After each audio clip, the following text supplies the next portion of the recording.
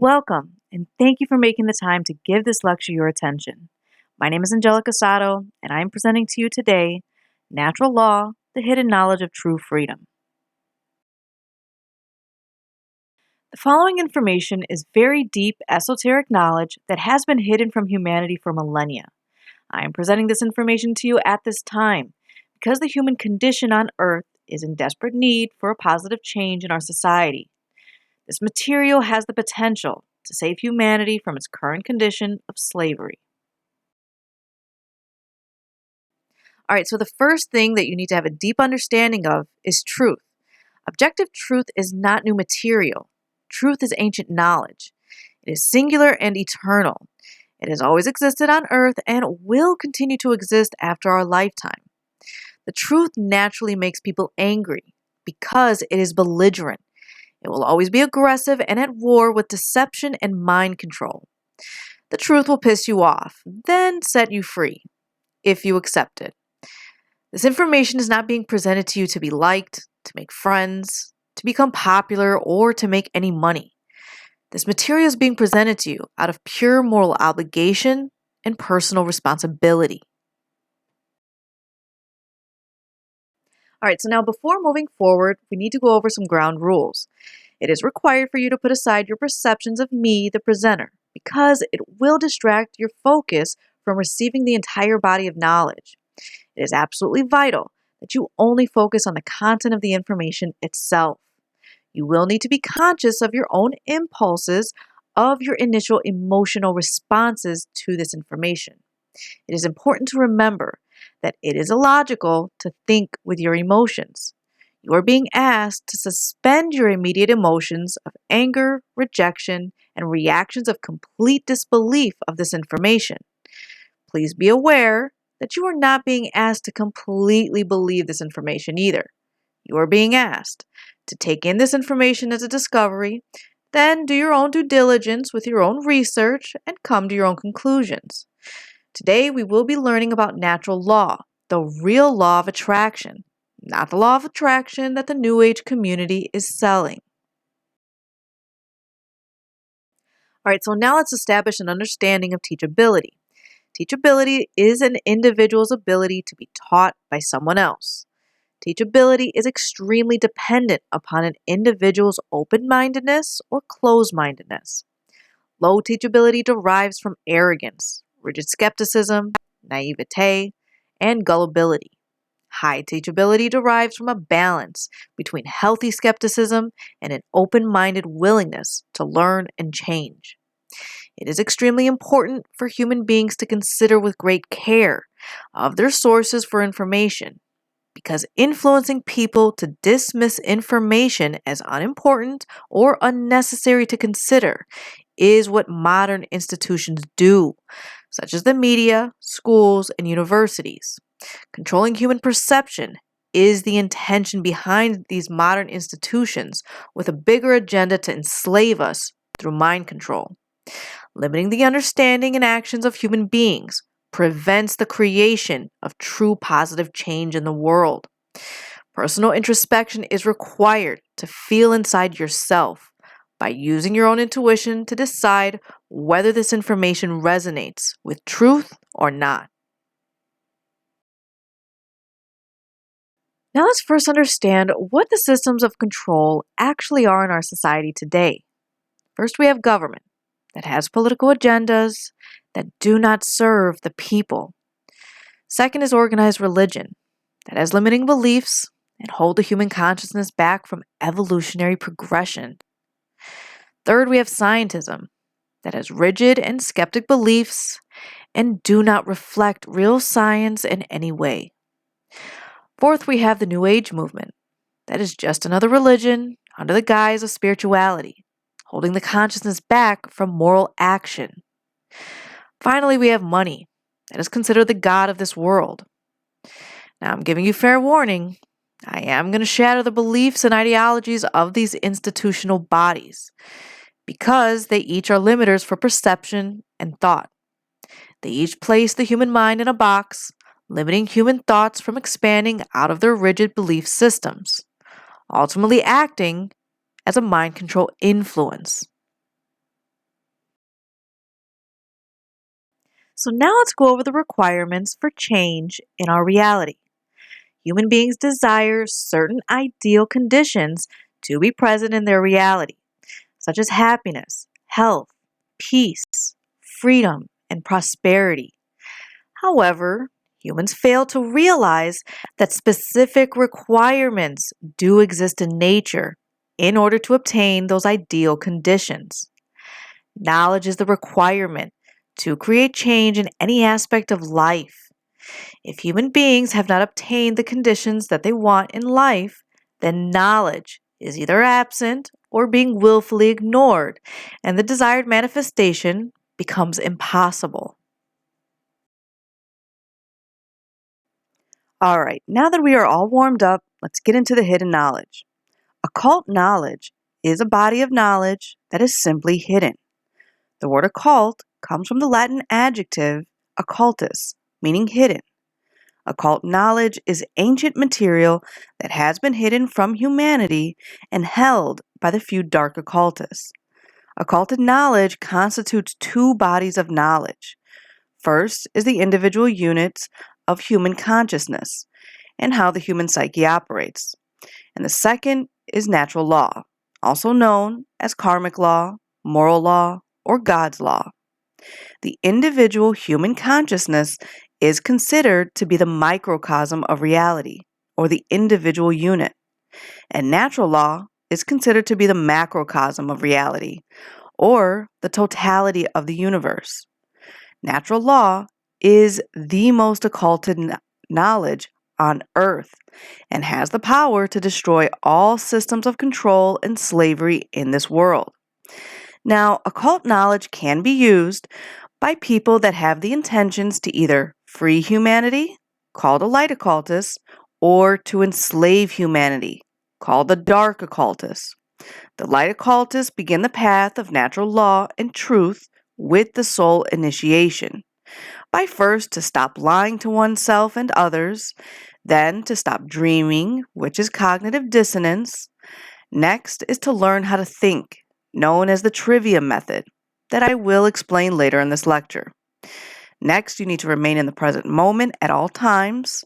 And finally, you need to activate the physical body with daily exercise, meditation, and body detoxifications. The light occultists live in accordance with aligning their behavior to natural law.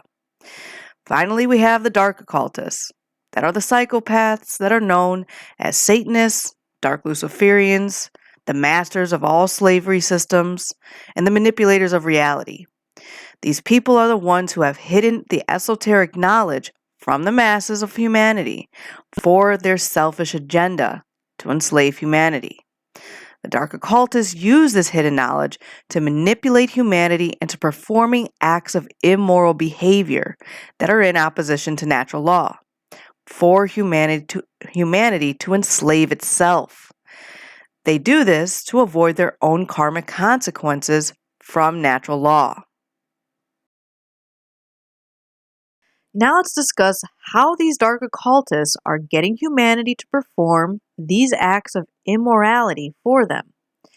First, we need to understand the difference between nescience versus ignorance. Nescience means to not know because knowledge was either absent or unattainable. So, if you are nescient, you are not at fault or to be blamed. Ignorance, on the other hand, means to not know because knowledge was either willfully refused or disregarded. So, if you are ignorant, you are at fault and to be blamed. Information is at humanity's fingertips in today's society. The knowledge is there for anyone to obtain. But the majority of the masses are deeply ignorant to the truth that is available to them on a daily basis. It is because ignorance is the result of hypnosis.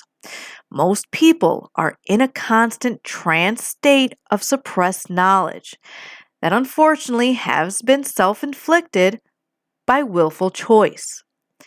There is no easy way to say this, but there is no excuse for ignorance. We are losing our freedoms, and the obsession for control in our society is rising more and more every day, because people are being mind controlled into a trance state of ignorance. Ignorance is the reason for every form of slavery and is creating a prison planet.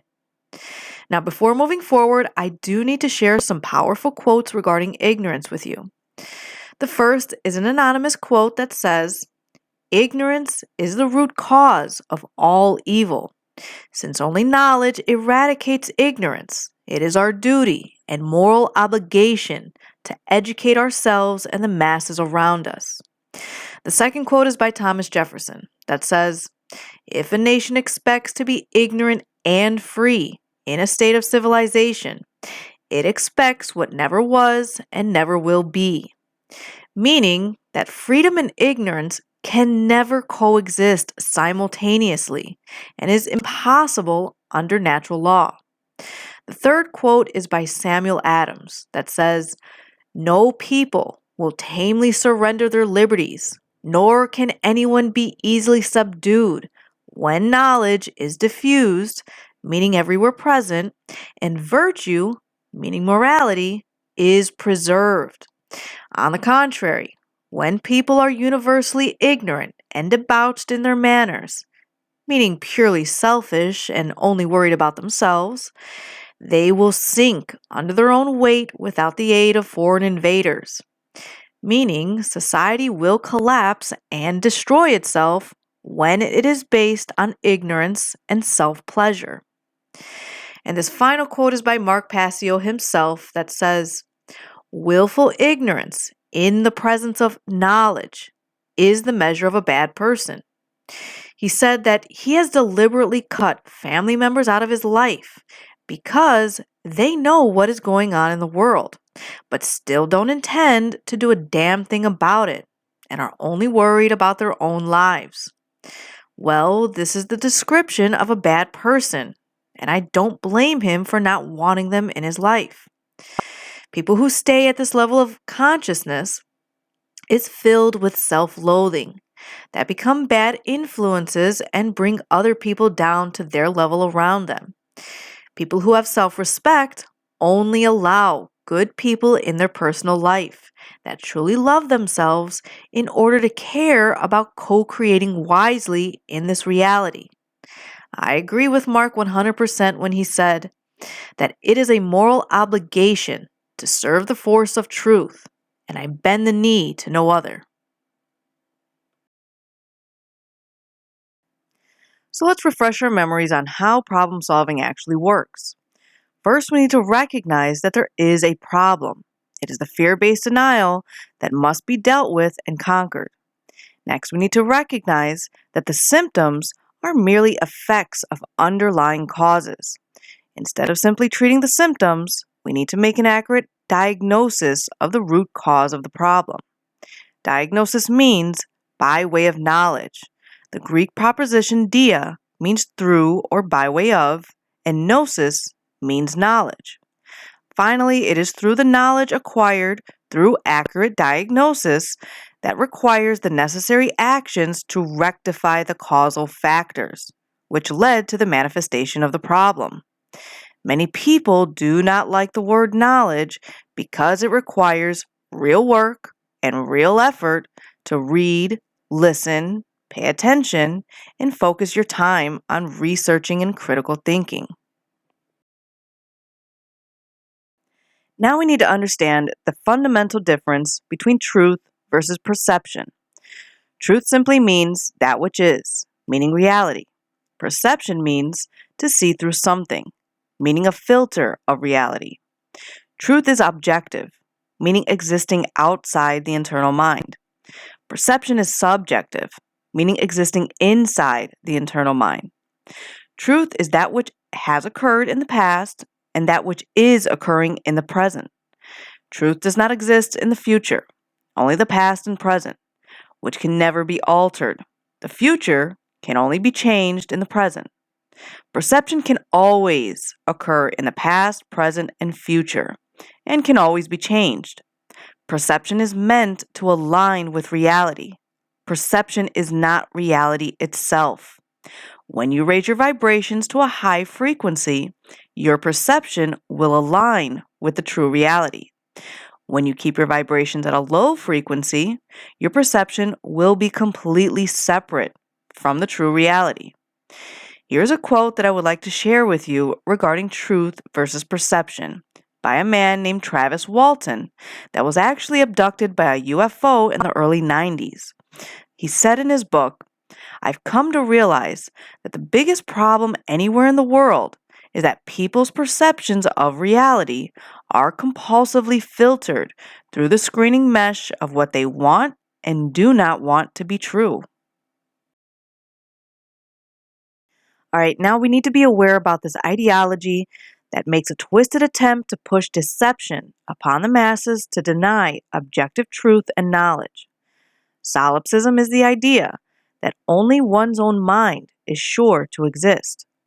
The Latin adjective solus means alone, and the Latin pronoun ispe means self.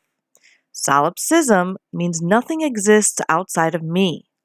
People with this ideology believe that there is no objective truth and that everything is relative and nothing can ever truly be known. In reality, it is only ignorance and laziness that is being used to not make the effort to do the work to learn the objective truth and knowledge of our reality. We need to understand that the dark occultists have their own set of sins. The first is to never engage in stupidity and ignorance, and the second is to never engage in solipsism.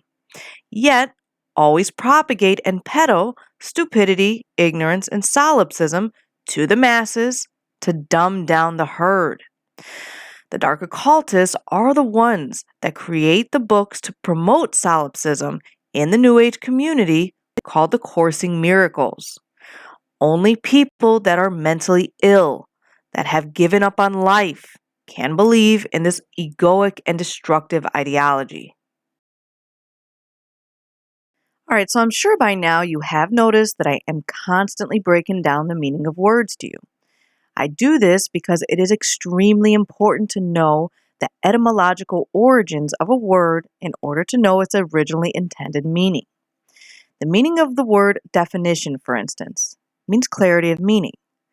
So the more accurate our definitions for words or concepts are, the better our clarity will be of the meaning and the better our understanding of those words or concepts will be.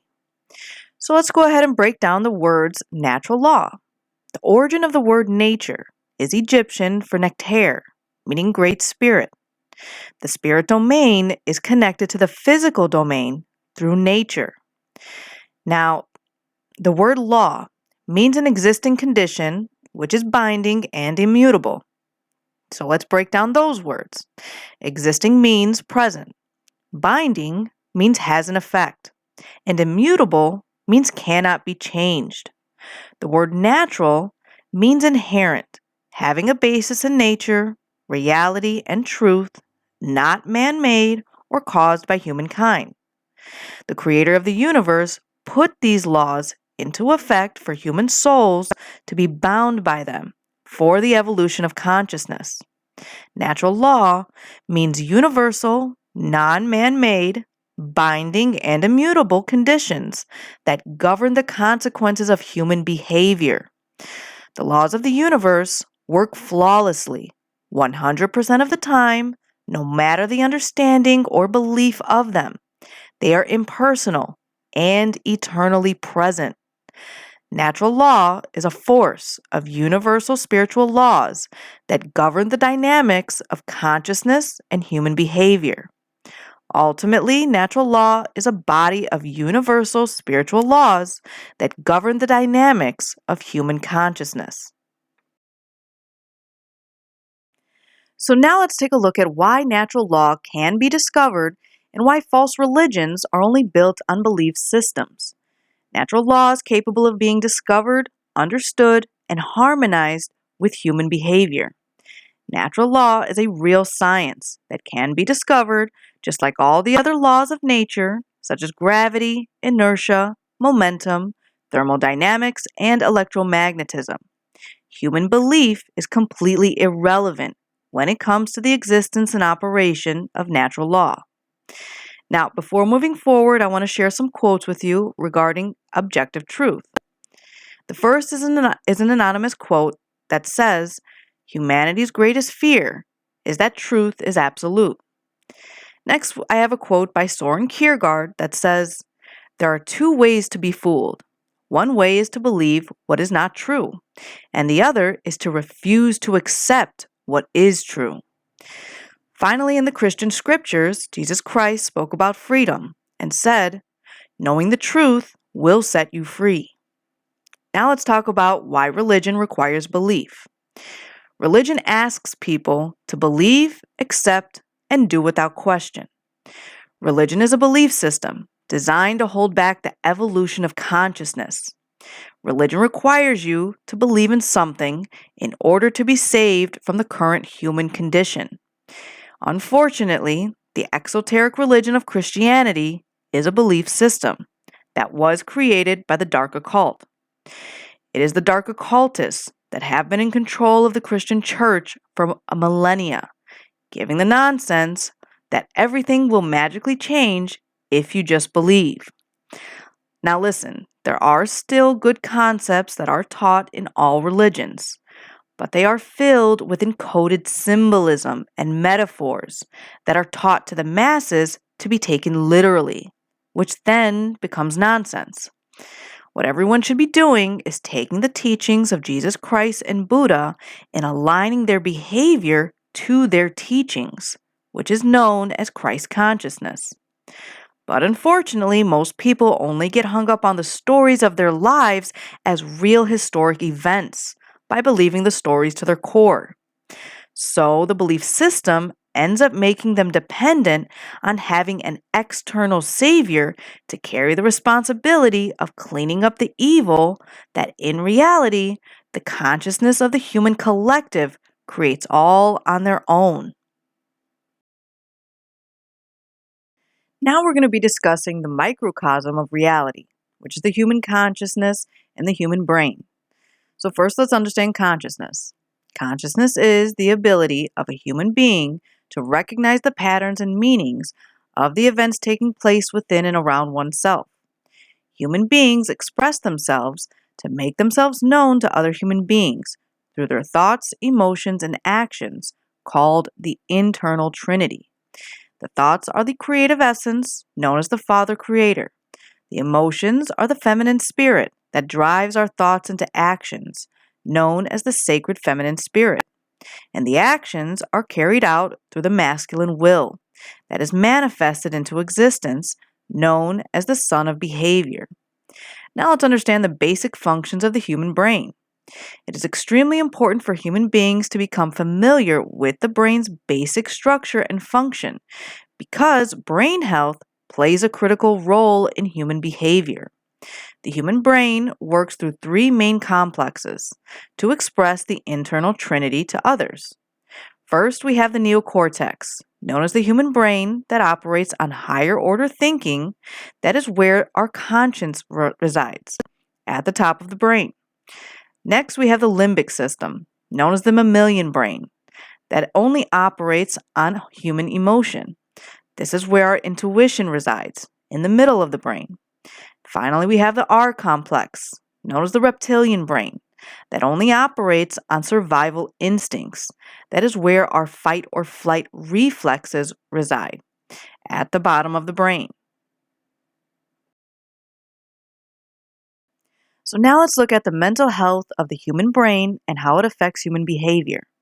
The neocortex has two hemispheres, called the left and right brain hemisphere. Now let's keep in mind that the R complex only operates through survival instincts of our reflexes. The left brain hemisphere facilitates the logical and scientific thinking.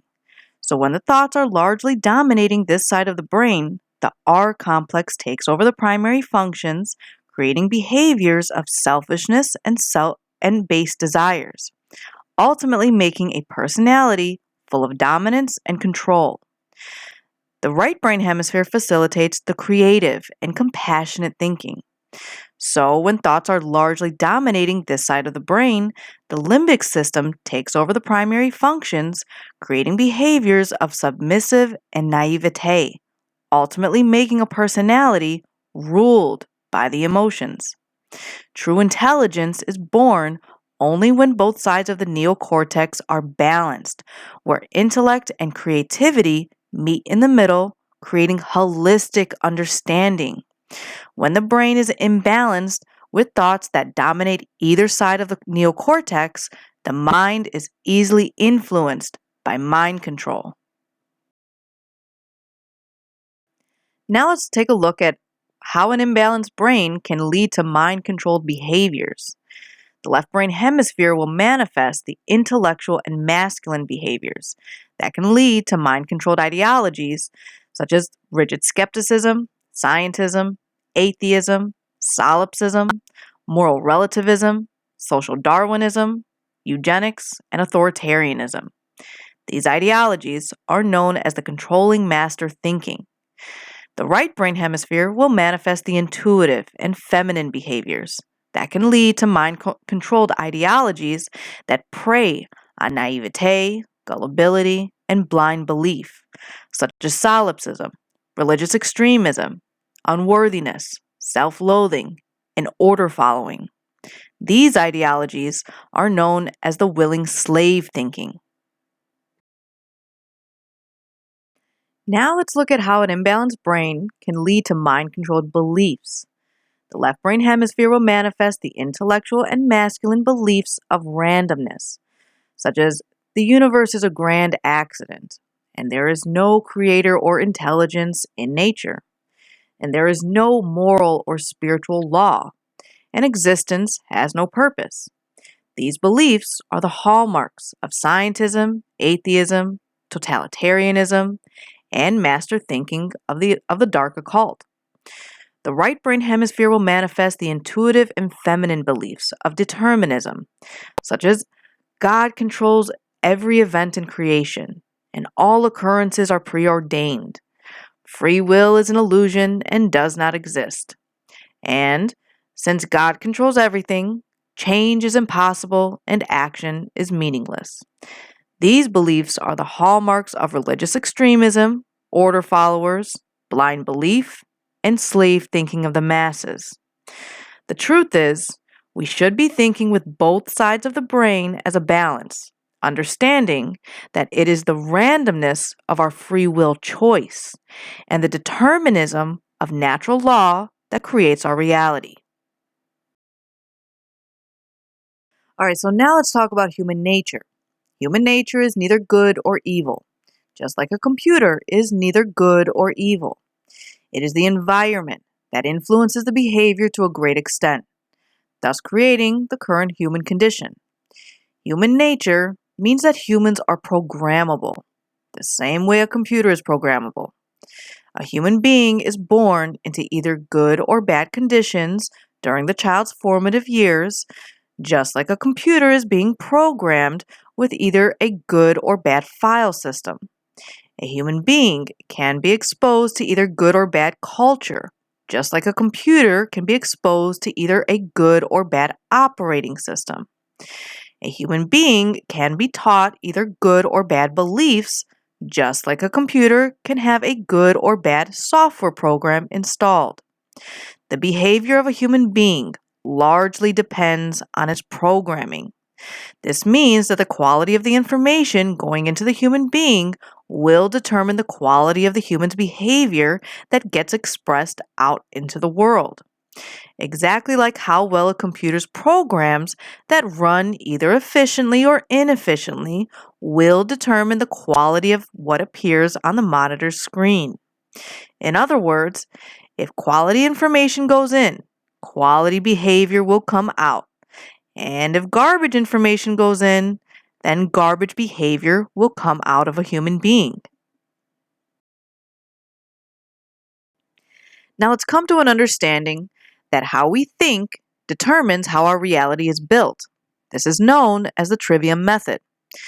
First, we must seek knowledge through the available information that was gathered, processed, understood, and acted upon each individual. Next, we must come to a solid understanding through the decision-making process that was chosen by each individual based on the available information. Then, we place our wisdom into action through human behavior that is based upon the quality of the individual's decision-making process and available information. Finally, the manifestation that generates the result in reality is determined by the quality of the condition in society that is based on the total quality of human behavior in that society, ultimately creating either order or chaos. All right, so now that we understand how important our behaviors are, let's talk about building a foundation of what our actions should be based upon. Principles mean most important. It is our principles that are most important in life and must come first before anything else, including family and relationships. Principles are the foundation of all relationships, which is why there are so many dysfunctional relationships in our society today. Since principles is not a concept that is discussed in many modern households. Now, natural law is expressed through the 7 Hermetic principles. These principles constitute a master key to universal wisdom that was given to humanity from a higher being that was not of this world by the name of Hermes Trismegistus. He was known as the thrice great one in ancient Greek, or Thoth, the scribe of the gods in ancient Egypt. He was considered the messenger of the gods, bringing the wisdom of the gods down to humanity. Natural law is hermetically sealed, meaning that they are binding and immutable laws. Now let's talk about each individual Hermetic principle and the 8th lost principle of natural law. First, we have the principle of mentalism that says, the all is mind, meaning that the universe is mental. It is our thoughts that lead to the manifestation of things, events, and conditions. Our thoughts create the state of existence and the quality of our experience here on earth. Therefore, we are all responsible for everything we create with our thoughts. In order to create change in our reality, humanity's thoughts need to change. Our thoughts need to align with what we desire to manifest in this reality. Second, we have the principle of correspondence that says, as above, so below, and as below, so above, meaning that the macrocosm of the universe, or natural law, will reflect the microcosm of the individual human consciousness, meaning that the universe is holographic. It is self-similar across all scales. Third, we have the principle of vibration that says everything vibrates, meaning that nothing rests, everything moves, everything is in constant motion, and everything vibrates.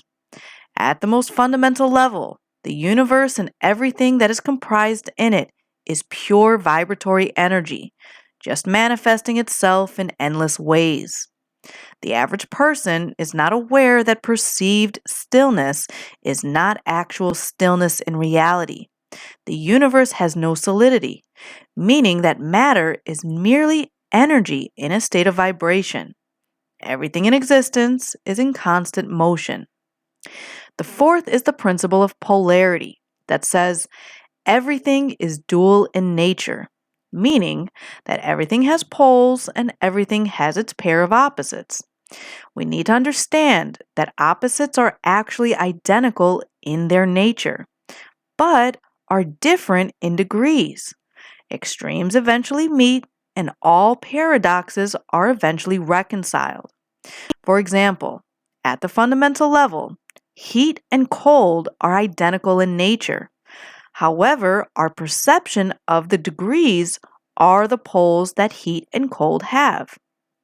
For instance, it is out of darkness that the knowledge of light is used to create freedom and elevate human consciousness. Darkness and light are both opposites, but are both needed to create a positive manifestation in life. Next is the fifth principle of rhythm that says everything flows in and out, meaning that everything has tides, all things rise and fall, and the pendulum swing manifests in everything. The measure of the swing to the right is the measure of the swing to the left. Rhythm compensates for everything in existence. Everything has rhythm to it, and everything swings like a pendulum in existence. However, it is important to understand that the laws of the universe can be overcome by higher levels of consciousness, but never escaped. For instance, humanity has the free will choice to either flow with the tide of greater levels of slavery and tyranny or create action against the tide to create the desired outcome of truth and freedom. And the sixth is the principle of cause and effect that says every cause has its effect and every effect has its cause, meaning that everything happens according to law, known as karmic law or natural law. For anything to happen by chance is not recognized by the laws of the universe. There are many planes of causation, but nothing escapes the law. Free will is bound by natural law, meaning that free will cannot ignore these laws without consequence. This is the limit of free will. What most people don't understand about this law is that cause and effect has a time gap between each other, meaning that the universe will create the effect of each cause in a specific arrangement of events that will require a time lag.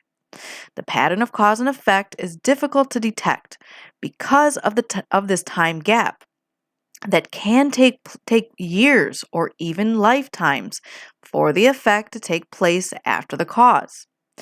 Karmic consequence is more complicated than a simple one-to-one ratio effect. For instance, we as humanity are experiencing the effects of the whole human species has conducted in the aggregate on a daily basis, which we are not making enough attempts to rectify through our constant state of inaction. The truth is, people are allowing evil to run unchecked, which is why the effect of our planet will suffer greatly for humans' inaction to change the course that we are currently on. It is our thoughts, emotions, and behaviors that need to change if we want to create positive change in our reality. Everything begins with a choice. It is our choices that set the causality of events into motion to have an effect in our reality. The plane of effects are manifested into the physical world. This is where the resulted manifested realities have formed due to their underlying causes constituting that which has already occurred. The plane of effects do not hold any power to affect change because that which has already occurred cannot reoccur. It has simply become that which is truth. The plane of effects is where humanity's consciousness is apparently trapped, meaning that humanity as a whole remains ignorant to the underlying causes which they themselves have set into motion, leading themselves towards the self-inflicted suffering in their lives. People think that they can just tend to the symptoms of the problem in our society by political change, financial change, free energy, or disclosure of aliens, when the root cause of our suffering is slavery. The truth is, the systems of slavery need to be destroyed first before anything else can be done in our society to truly create positive change. It is like rearranging the chairs on the Titanic as the ship sinks. We need to understand that all the power that we hold as human beings is in the plane of causality, in the mental world, where causes are set into motion prior to manifesting into the physical world. Human consciousness must move from the plane of effects to the plane of causality in order for human beings to understand the causal factors of the conditions which they are collectively manifesting in their lives. When humanity starts to take charge of their own thoughts, emotions, and behaviors as a collective, we will be able to co-create our shared reality on a conscious level, not on an unconscious one. All right, now let's talk about the seventh Hermetic principle of gender that says gender is in everything, meaning that everything has its masculine and feminine principles, and gender manifests on all planes of existence. Mental gender is the state of coexistence between the masculine and feminine aspects of the human mind. Our left brain hemisphere facilitates the masculine aspect of the mind known as intellect, having logic, analytical, and linear thoughts. Our right brain hemisphere facilitates the feminine aspect of the mind known as intuition, having creativity, compassion, and holistic thoughts. As we have discussed this earlier, if either part of the brain gets dominated, the more susceptible people are to mind-controlled ideologies. And finally, we have the eighth lost principle of care that is known as the seed of life, meaning that it represents the symbol of the seed of life, where 7 circles are overlapping each other, and the 8th circle is surrounding all the other circles together. Care is the outer shell that every seed needs to grow, sprout, and manifest into existence. Care has to be present in order for any change to manifest into existence. The principle of care governs creation, known as the generative principle. Care is the attention that is given to create something to grow. It is what we care about on a day-to-day basis that acts as the driving force of our thoughts, emotions, and actions. Therefore, care can be seen as the ultimate generator of the quality of our experience. The word generative comes from the Latin word generare, meaning to create. Care comes first from the heart, generating the thoughts in the mind, driving the courage in the guts, and placed into our actions in life. It is what we care about enough to put our will behind, will determine what will be created in our reality. Now, on the contrary, when we ignore the negative, we also ensure that it grows, because evil is fueled by ignorance to grow. The problem with most people is that they don't care enough about the evil that is taking place on our planet, all around them, right in front of their faces. Why do you think that at the highest levels of esoteric Freemasonry, the symbol of the G inside the compass represents generative or genesis, meaning creation? Why do you think that the New Age community promotes preventing action? It is because the dark occultists have a very deep understanding of natural law and the 8th lost principle of care.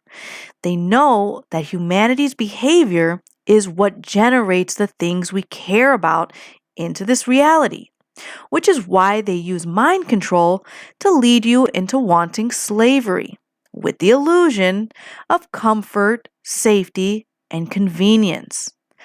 We need people to move out of having ignorance, laziness, and apathetic and cowardice behaviors by moving into courageous, brave actions in order to create a positive change in this reality.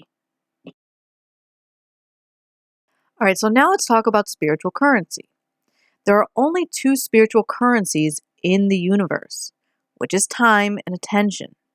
Your time is currency because what you spend your time on is an investment, and your attention is currency because what you pay attention to determines a return of that investment. This return could come in the form of knowledge, understanding, skills, expertise, and empowerment if we invest in our spiritual currencies wisely. The truth is, fake currencies such as fiat money and gold do not have an intrinsic value and cannot be molded into anything in nature. They are only mediums of exchange. The return of investment for gaining these fake currencies are simply material items that do not hold value in the universe. When we leave the physical plane, nothing material comes with us, except the knowledge that we gained that is stored in our consciousness. The word money actually means one eye that represents spiritual enlightenment. Listen, there is nothing wrong with being poor with fake currency, but rich with real money. Seeking to improve the quality of our time and attention by placing it upon real knowledge and information that is capable of improving both ourselves and the human condition as a whole is the real money in the universe. The word library comes from the Latin word liber, meaning free or not a slave, which the same word ironically means book. The library is the place where you go to free your mind by gaining knowledge. All right, now we are finally ready to talk about how natural law is the real law of attraction. First, I need to make it clear that natural law is also known as the following. First, we have karmic law, or the law of cause and effect, where every effect invariably follows a cause, and for every action, there is an equal and opposite reaction. The second is the law of attraction, that says the energy you emit is the energy you attract. Energy flows where attention goes, and as you think, feel, and act, so you shall be. And finally, natural law is also known as the golden rule that says, do unto others as you would have done to yourself. All right, so now natural law recognizes 5 basic expressions that has both positive and negative aspects that create the truth in our reality. First, we have the generative expression of creation that creates either a positive force of love and consciousness or the negative force of fear and unconsciousness. Love should be seen as the expansive force of consciousness, and fear is the contractive force of consciousness. Love helps us become open to truth and expand our awareness, and fear influences us to become closed to the truth and contract our awareness. Second, we have the initiating expression with the thoughts in our mind that create either knowledge and the acceptance of truth or ignorance and the refusal of truth. Knowledge positively influences the quality of our decision-making processes, and ignorance negatively influences the quality of our decision-making processes that affect the quality of every area in our life. Third, we have the internal expression with the emotions in the heart that create either sovereignty and the internal monarchy or confusion and the internal anarchy. Sovereignty means to have the power to govern the self without external control. Monarchy comes from the Greek word mon, meaning one, and archon, meaning ruler or master. So the word monarchy means in English one ruler or master. So internally, there should only be one ruler or master within.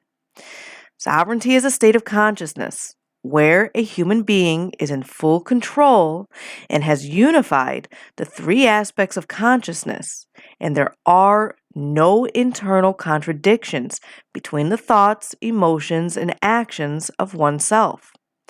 A sovereign monarch is where a single ruler only rules the kingdom of self. To be sovereign, one must have full self-mastery and have full self-ownership, meaning not becoming a slave to the influence of others. It is an eternal truth that every human being is sovereign.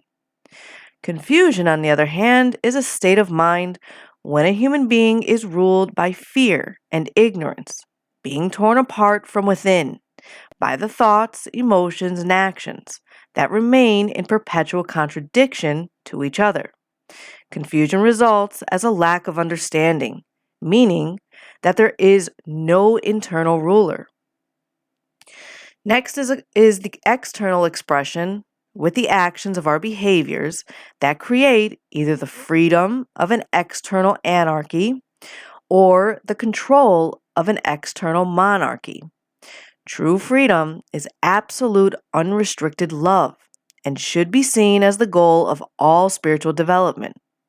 The only way for such a state to exist and manifest in our reality is for our human society to live in accordance with natural law. Control is the pathway to all forms of evil and destruction through restricting the human soul back from the evolution of consciousness by suppressing the voice of truth about love and freedom. Finally, the last expression of consciousness is the manifestation of our reality that creates either order or chaos in our society. Order represents the ideal conditions of happiness, health, peace, freedom, and prosperity of all the goodness that we desire in this reality.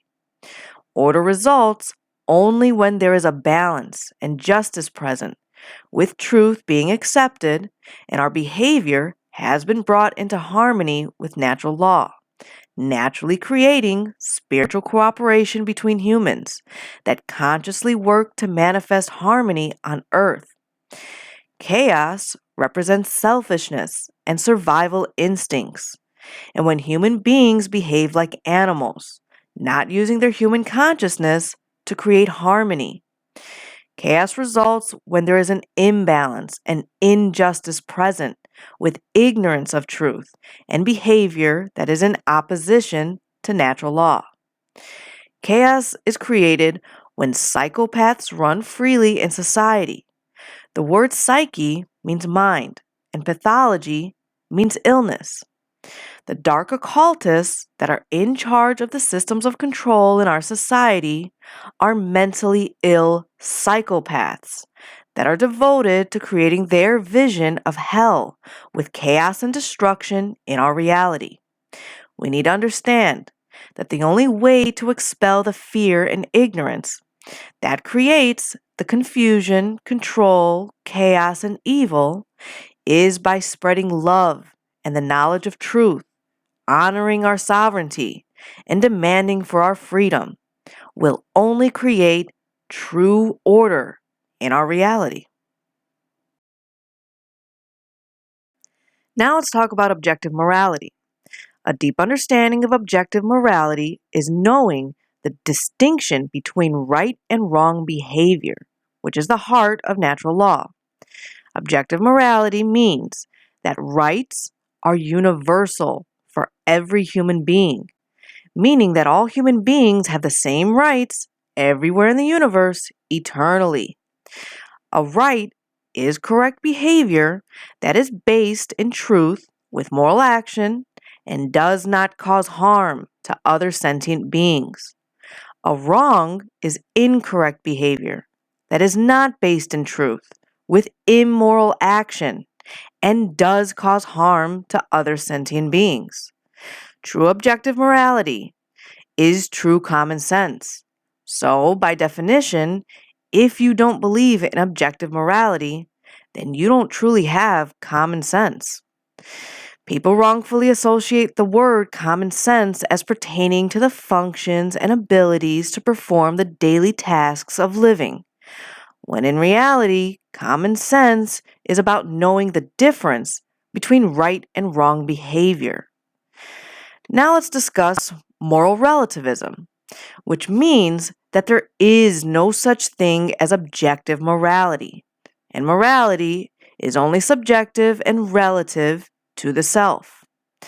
Most people that accept this ideology are accepting Satanism into their life without knowing it. Satanism comes directly from the dark occult that have a set of 4 pillars to live by called the tenets of modern Satanism. The first tenet is self-preservation, where all they focus on is selfish, egoic survival. The second tenet is moral relativism, where there is no difference between objective right and wrong behavior. The third tenet is social Darwinism, where the ruling class directs the herd of the masses and only the intellects are superior. The fourth tenet is eugenics, where the intellects are considered gods and decides who lives and dies among the masses. These elite Satanists are working diligently towards a world of slavery, and they currently have the power since they own all the banks, schools, hospitals, and major corporations.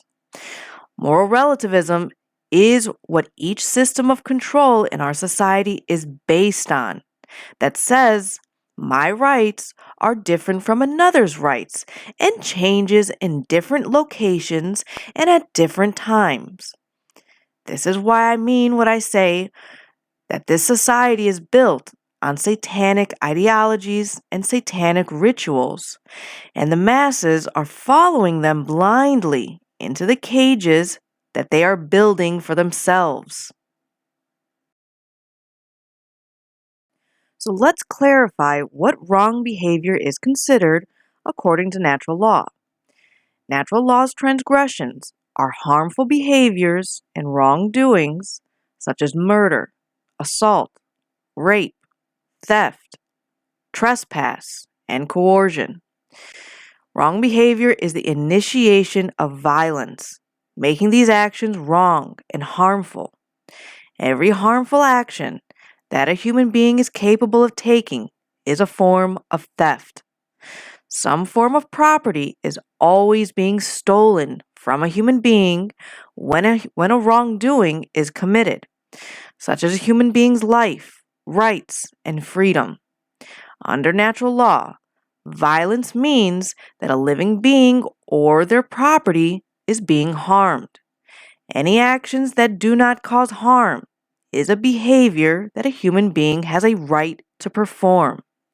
Natural law governs that if there is no victim, then there is no crime, because since no one was harmed, there was no crime.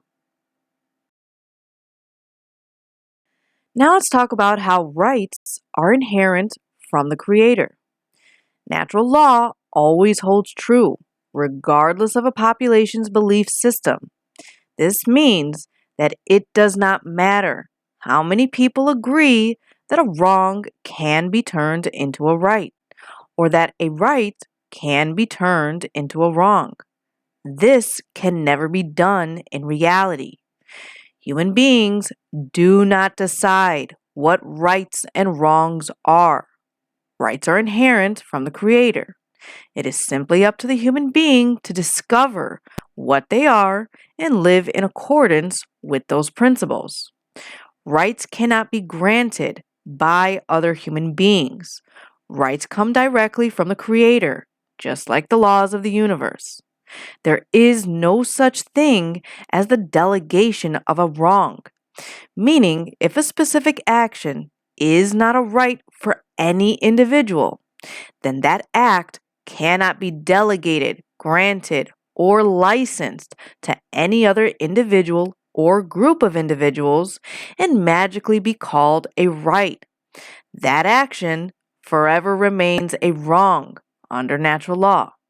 A wrong can never be turned into a right in reality, no matter how many people in a population believes that it should be. Now let's talk about all the ways that our government violates our rights in today's society. First, we have taxation, which is the claim that a group of people that call themselves government have been given the right to confiscate the product of another individual's labor or form of property. Taxation is enforced by the threat of violence, meaning behavior resulting in bodily harm, or imprisonment, which is taking away the physical freedom of movement if an attempt to resist the confiscation occurs. These types of practices are always justified, meaning made into a right, by claiming that the practice is necessary and required to uphold the common good. However, since no individual anywhere on earth has the right to claim the ownership of the product of another's labor, such behavior can never be delegated to a group of individuals and be called a right. Therefore, all forms of taxation are always wrong according to natural law. Now, slavery is the involuntary confiscation of a product from the labor of another human being, meaning theft. People are put under duress, meaning to be threatened by violence until you conform to another's will. Taxation is simply a euphemism for theft, violence, and slavery. However, people prefer not to see it this way, and this is called cognitive dissonance, meaning that you are lying to yourself. Next, we have prohibition. Prohibition is the claim that a group of people that call themselves government have been given the right to prevent others from putting any given substance into their own bodies, and if those individuals refuse to comply with those terms, they will be fined or imprisoned. Now, it should be self-evident that a human body is an individual's own property. So, they have the natural right to decide what will or will not be put into their own body. Of course, since no individual anywhere on earth has the right to claim the ownership of another person's body, such behavior can never be delegated to a group of individuals to be called a right. Therefore, all forms of prohibition are always wrong according to natural law. Slavery is the claim of ownership upon another person's body. Prohibition is simply a euphemism for theft, violence, and slavery. Finally, we have licenses and permits. Licenses and permits are claims that a group of people who call themselves government have been given the right to prevent others from exercising specific behaviors, even if such behaviors do not cause harm to others or their property, unless they petition, meaning beg, or pay the government for permission to be allowed to exercise those behaviors. This is the false claim that rights are merely privileges that may be granted or taken away by government based upon their preference or discretion. No individual or group anywhere on earth has the right to claim ownership of another individual's rights. The claim that the rights of others flow from another human being is the claim to be God. Now again, let's remember that a right is any action that does not cause harm to another living being and their property. So, when you are being forced to stop exercising a right that does not cause harm, is called coercion, which is wrong. Again, the claim over the right of another person is called slavery. Ultimately, licenses and permits are just another euphemism for theft, violence, and slavery. Therefore, all forms of licensing and permits are always wrong according to natural law. All right, now at this point, I would like to offer my final thoughts on this section and highlight a few things. Mind control is getting people to accept that some people have rights that others don't have. The truth and reality in the universe under natural law is that all humans have the same eternal and inherent rights everywhere in the universe. The masses in our society have been deeply mind controlled to believe that this false claim has shaped our reality into more and more forms of slavery, right under our noses, by a group of individuals that call themselves government. Now let's talk about the difference between force versus violence. Force and violence are often spoken about as if they are the same and used interchangeably, when in fact, they are diametrically polar opposites. Force is the capacity to do work or cause physical change through energy, strength, and active power. Force is the action that is in harmony with morality and natural law because it does not violate other people's rights. Force is an action that always possesses the right to take, such as self-defense against violence. Violence is the immoral initiation of physical power to coerce, compel, or restrain unrightfully. Violence is coercive action, which is in opposition to morality and natural law, because it involves the violation of other people's rights. Violation is an action that never possesses the right to take, such as abuse. When it comes to a fight, it only matters who actually started the fight or initiated the violence or physical harm. The one who initiated the violence is always at fault. Human beings possess the natural right to defend themselves from violence with defensive physical force. Remember, an individual who is being confronted by violence possesses the right to stop the violence that the individual is conducting from continuing to do harm to them with any amount of force necessary to stop the attack, even if it leads to deadly force.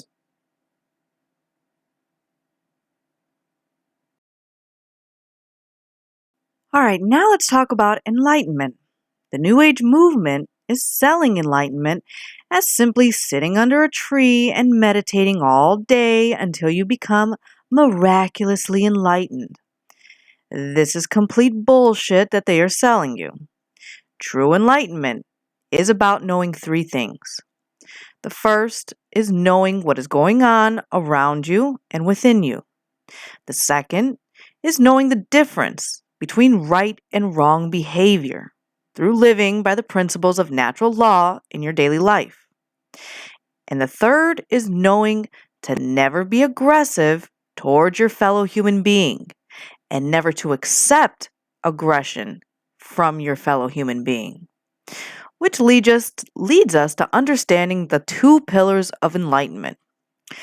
The first pillar of enlightenment is the sacred feminine that represents the non-aggression principle that states to never engage in violence, meaning do not immorally initiate non-rightful use of physical power to coerce, compel, or restrain the rightful behavior of the free will choice of another sentient being. In other words, don't steal.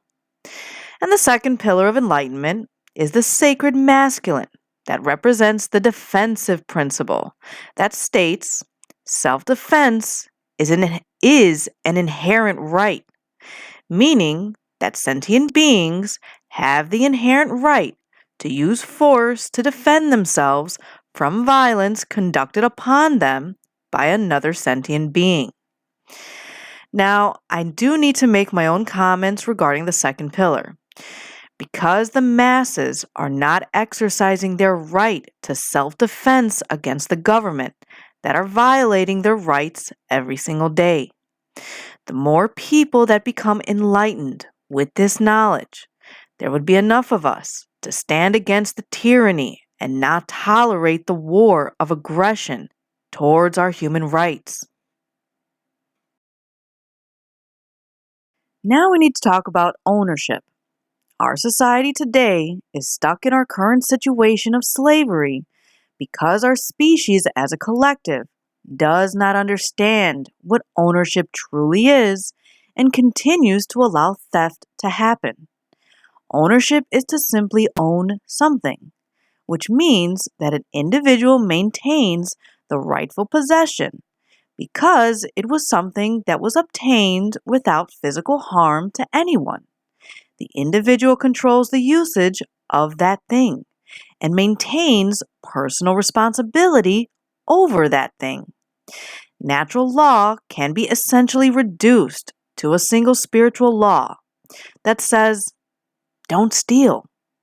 Human beings own their rights, which means that we own the right of free will choice, freedom, and exercising our rights because they do not initiate violence.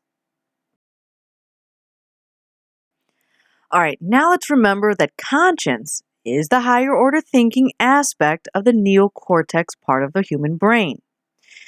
Conscience means to know, to understand, or to have knowledge. Conscience is the definitive knowledge of the objective difference between right and wrong action, according to natural law known as common sense. The exercise of conscience is the free will choice of right action over wrong action. Once the definitive inherent knowledge of the objective difference between right and wrong action has been acquired according to natural law. Now, I have to mention that it is truly unbelievably sad that humanity is at a point where common sense is not truly known by its inherent meaning.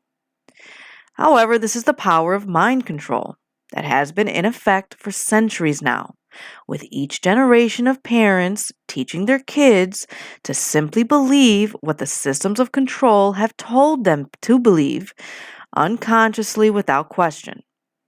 So it is up to us, the ones that are here in the flesh, that are consciously here in the present moment during such a pivotal time on this earth. We are the ones that are meant to break the cycles of bondage and decide for ourselves what kind of future we want to leave for our children. And for most of us, we are ready to do the work and make the necessary sacrifices to leave this earth with a clear conscience. We are ready to move into higher states of consciousness when we leave this world and do not wish to create more karmic debt for ourselves that we'll have to pay off later in other lifetimes. So, it is up to the individual to contribute in their own personal way to make sure that all of this knowledge becomes common knowledge that should be taught to the masses on a grand scale. If we ever want to see a true positive change in this reality for our children's future and leave this physical plane with a clear conscience. Now let's talk about the law of freedom. First, we need to understand that freedom and morality are directly proportional, meaning if morality increases in a society, freedom increases in that society. And vice versa, if morality decreases in that society, then freedom decreases in that society. So, simply put, the more a society is full of morality, the more freedom they obtain in that society. And in reverse, the more immoral a society becomes, the more bonded into slavery and tyranny a society becomes. True freedom can never exist in a society that embraces moral relativism, which is the idea that there is no inherent and objective difference between right and wrong behavior, and that humanity creates and decides what is right and wrong behavior for each individual separately. Unfortunately, we are living in a society today that has every system of control operating from the ideology of moral relativism, which is why our freedoms are being taken away from us more and more every day. It is because true morality is almost gone in our society today. Now let's go over the distinct difference between natural law versus man's law. Natural law is based upon principles and truth that is inherent to creation. Man's law is based upon dogmatic beliefs that are constructs of the human mind. Natural law can be harmonized with when knowledge and understanding is applied. Man's law can only be complied with when fear of punishment is applied.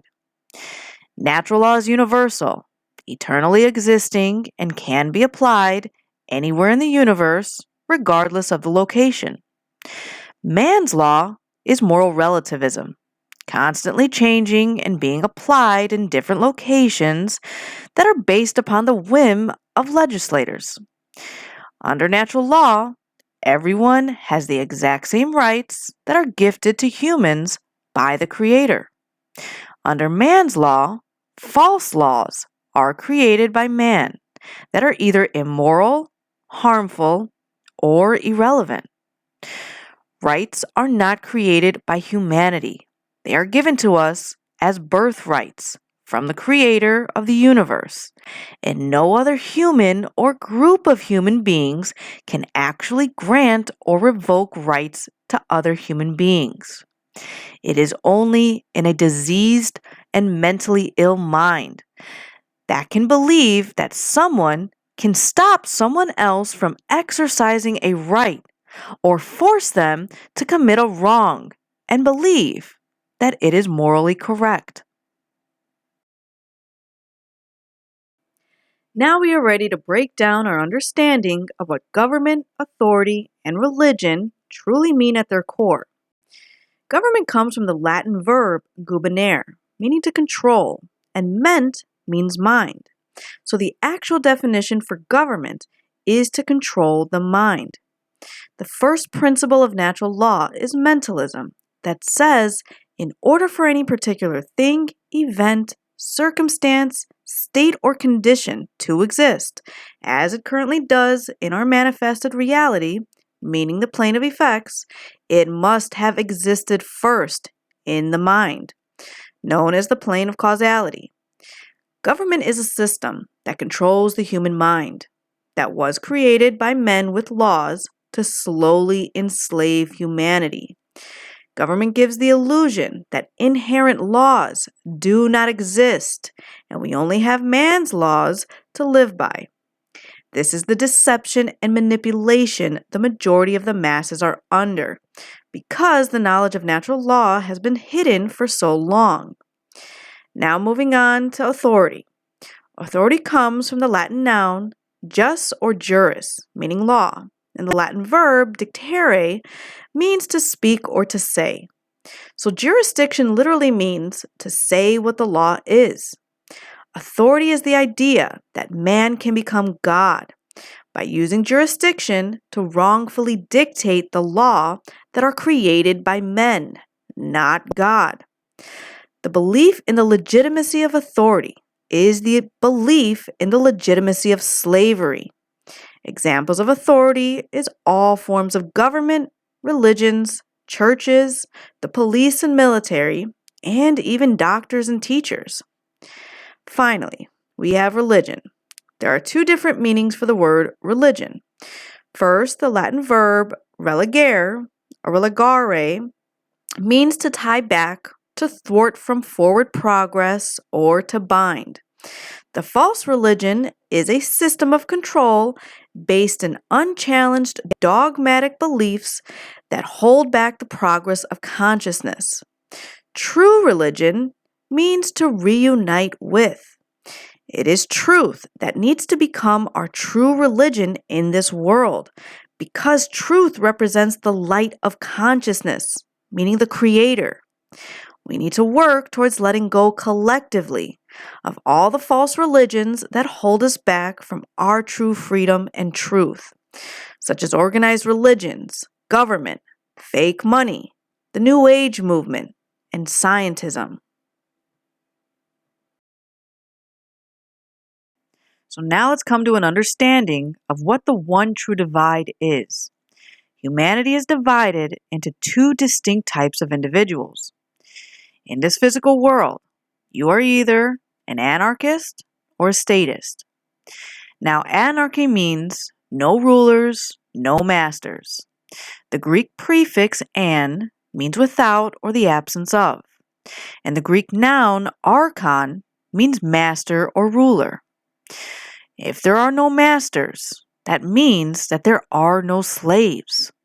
An anarchist is an individual who knows that there could never be legitimacy to authority and government because they know that by original definitions that they are simply euphemisms for violence and slavery, which will always be immoral and in opposition to natural law.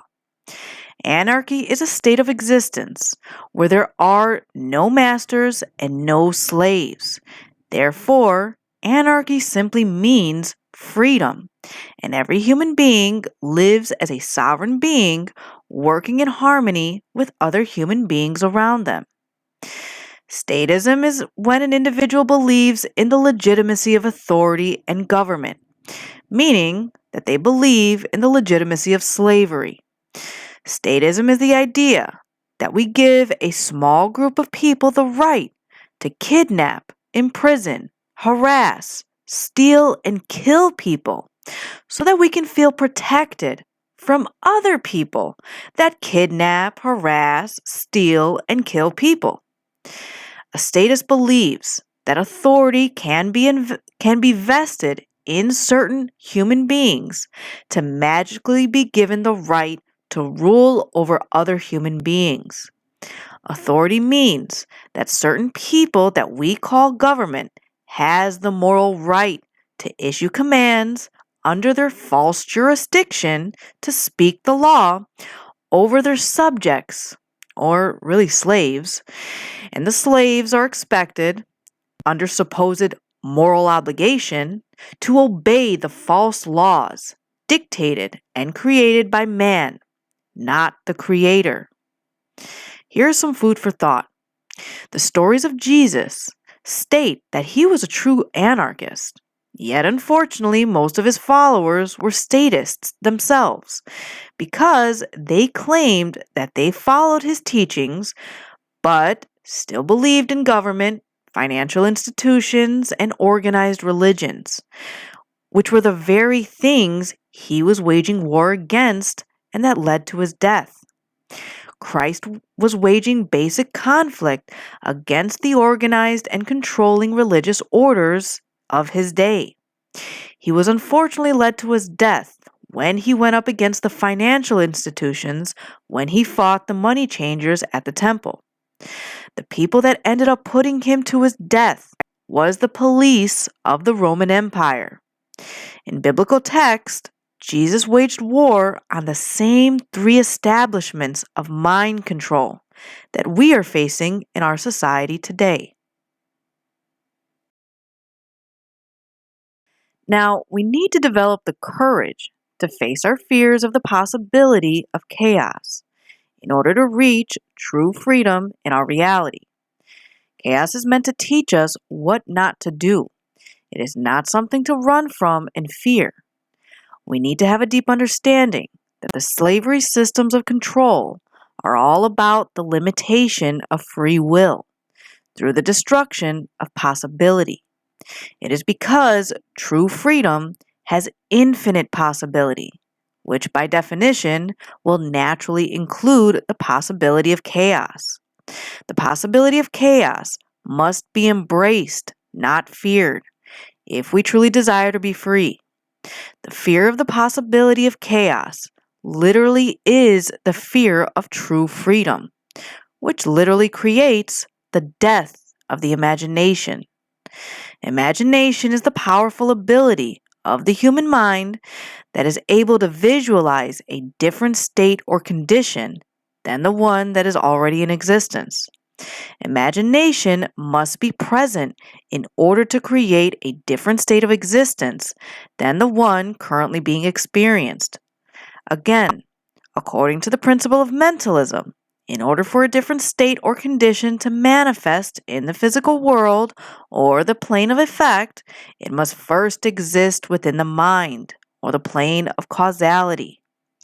If the imagination is stifled or destroyed, total mind control takes place, and any chance to create positive change to our state of existence becomes completely impossible. It is the fear of the possibility of chaos that drives people to advocate for authority and government to protect them from chaos, not realizing that the protection that is being done is through violence and slavery, which are chaos. Statism is the most dangerous religion in the world and has so many people fooled into their mind controlled illusion that the government is here to protect and serve the people. Chaos is born through control, violence, and slavery. True freedom is born through imagination, courage, and natural law. Now let's address the order followers, the ones who unfortunately perpetuate the continuation of slavery. We need to understand that it is not the ruling class that are manifesting this level of slavery on our planet. It is the people who willfully follow orders from them. An order follower does not exercise their own conscience because, by definition, in order to exercise your conscience, you must be willfully choosing right action over wrong action. Order followers are notorious for giving the invalid excuse or justification that they are just following orders for their immoral and criminal behavior, which is just a cowardice way to never accept personal responsibility for their own behavior. The word justification means to create a right.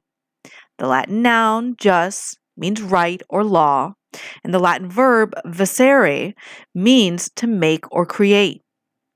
Moral culpability is the determination of who is ultimately at fault or deserving blame for the commission of action that result in harm or loss to others.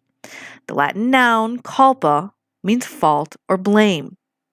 The unfortunate and painful truth is that the order followers always bear more moral culpability than the order givers, because the order followers are the ones who are actually performing the violence and bringing harm into the physical manifestation. Order followers have ultimately been personally responsible and morally culpable for every form of slavery and totalitarian regime that has ever existed upon the face of this earth.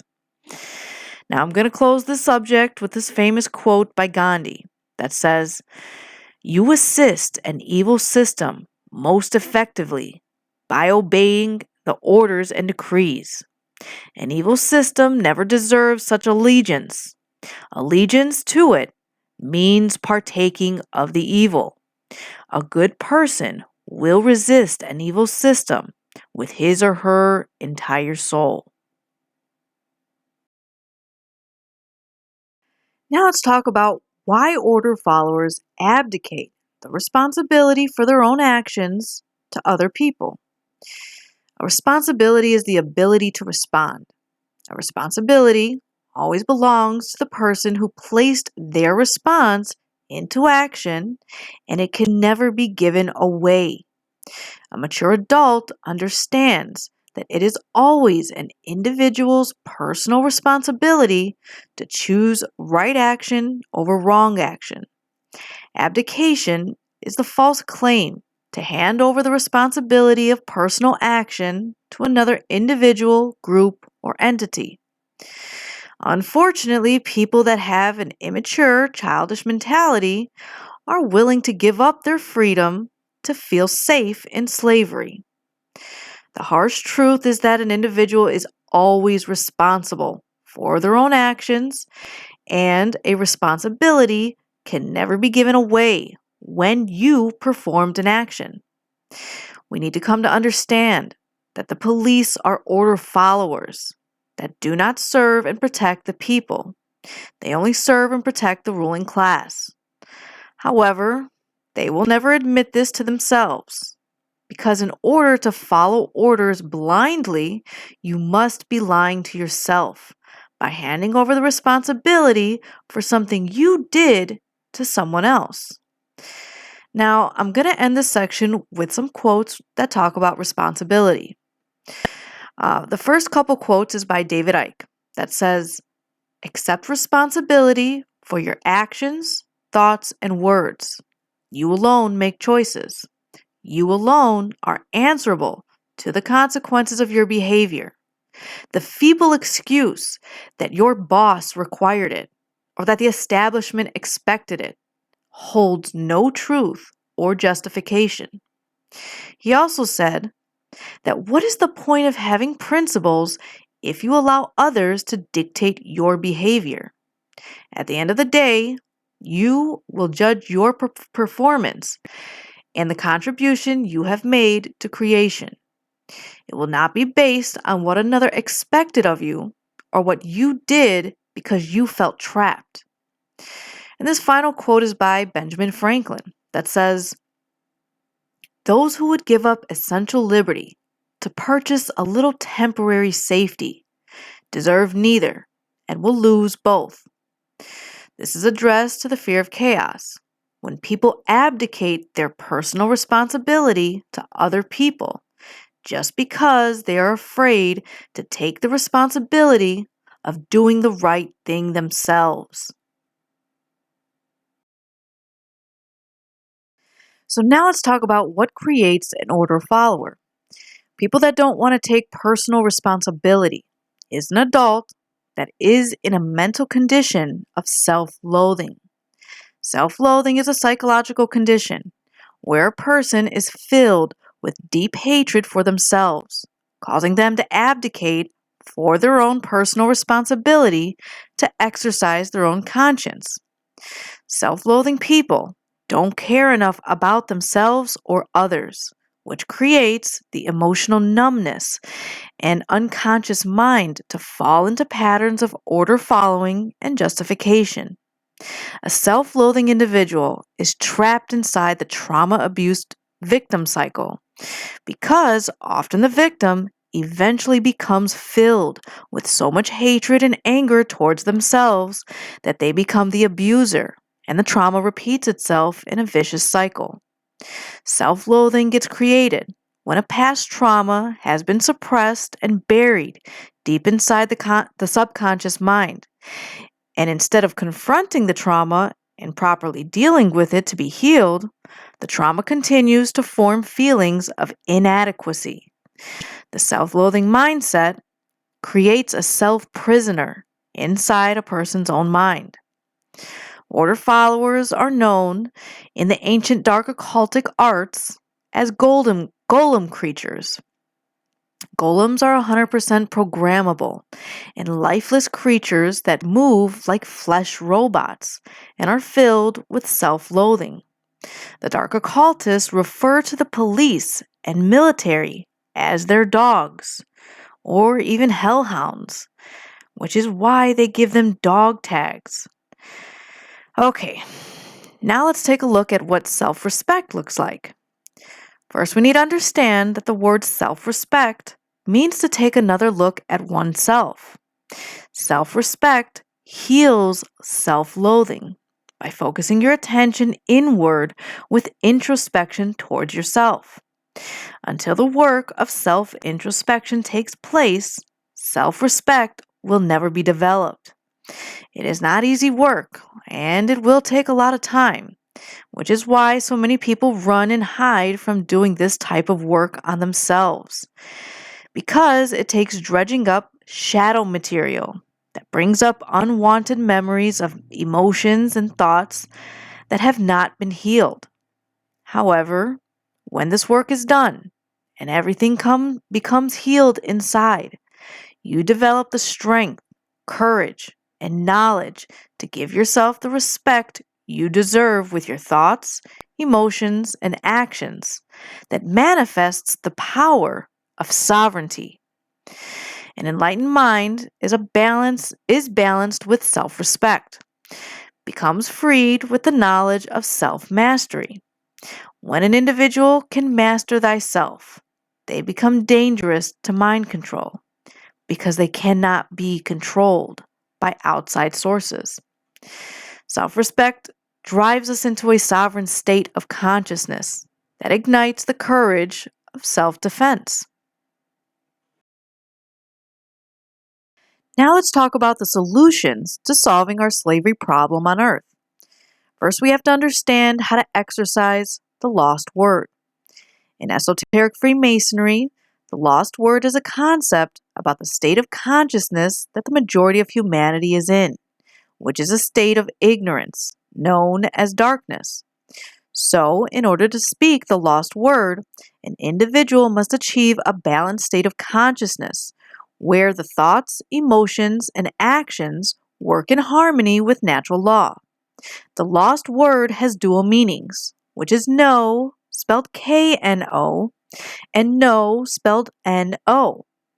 In a balanced brain, a human being is able to know the self and the operations of natural law by understanding the objective difference between right and wrong behavior.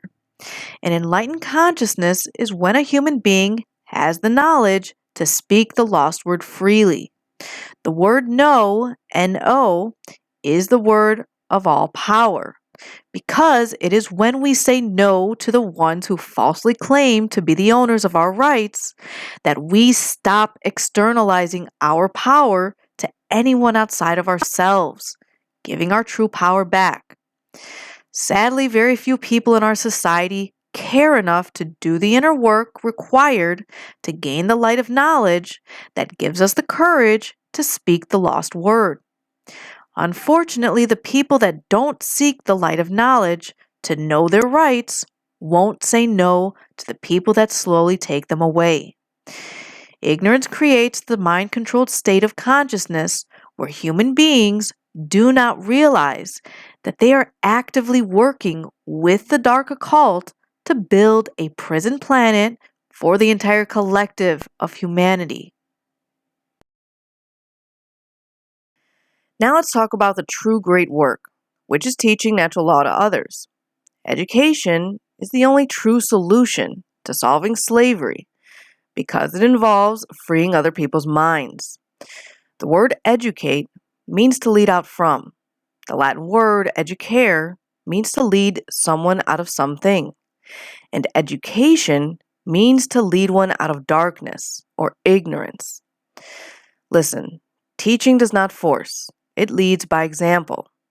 So, in order to teach natural law, you must learn it very deeply and do the inner work necessary to align yourself with natural law. Now, you also have to understand that the dark occult have their own set of teachings, called the Great Work or the Dark Great Work, that is creating a world of slavery through ignorance.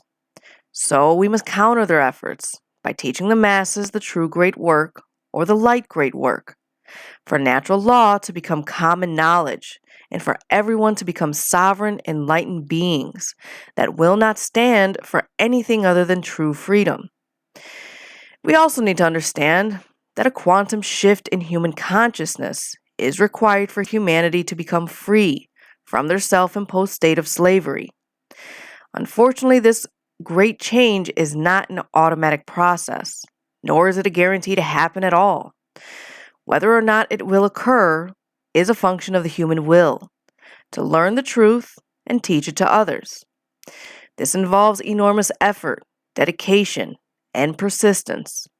It is the continuous application of your individual will to put in the inner work and teach natural law to others. Now, the word quantum in Latin means amount, meaning it is going to take a massive amount of people to be doing the true great work in order for the scale of truth and justice to be tipped back into balance in the universe.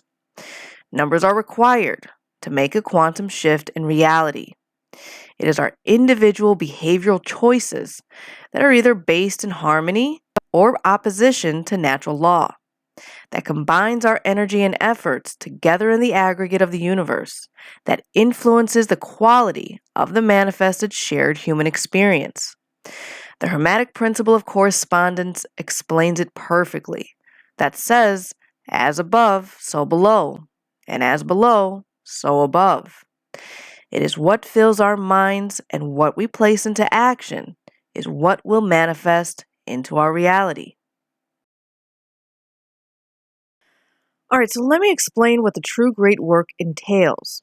First, the true great work means that one has brought their own actions and behaviors into alignment with natural law.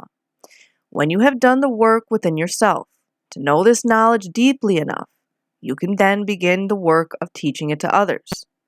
The true great work is the extremely difficult task of influencing others to go through the very same process of positive change in their consciousness that you have gone through yourself.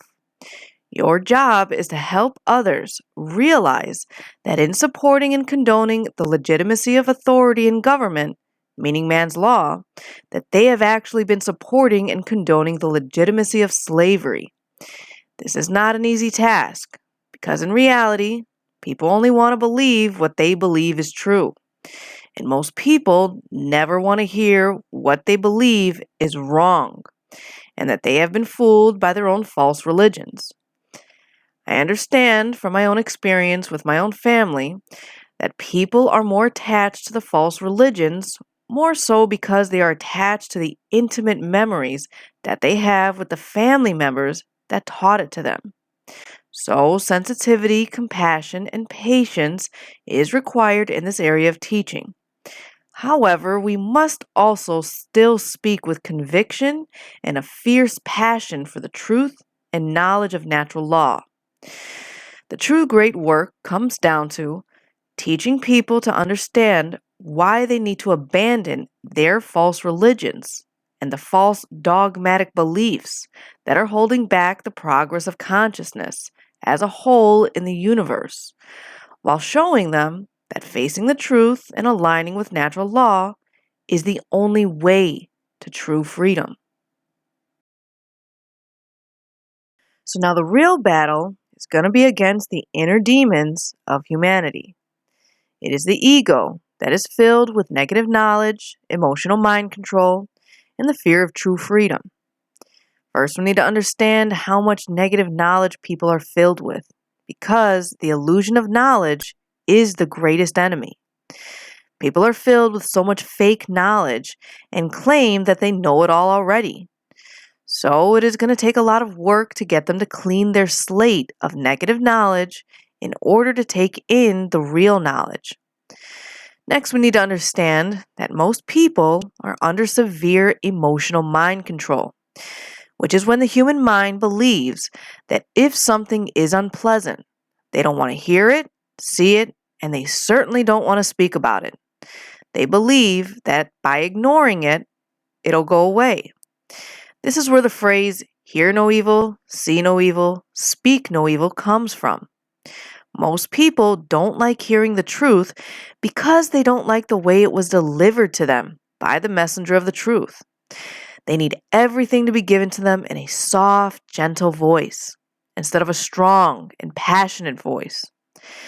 People that are under emotional mind control are famous for saying, "It's not what you said that offended me. It was the way you said it." These people believe that you can determine the veracity of the informational content based upon how it makes you feel. This is absolutely illogical because you cannot think with the emotions. Emotions serve as the compass for morality, but cannot logically process information and analyze it.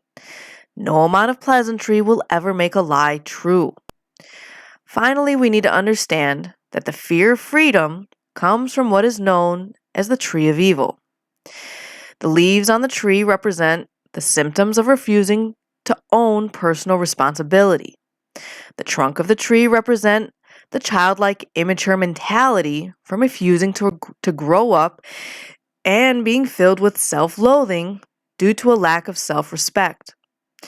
The roots on the tree represent the childhood trauma of abandonment issues. Listen, to be able to hear the truth and speak the truth requires a great deal of thick skin, which gets developed over time with practicing having the courage to express the truth.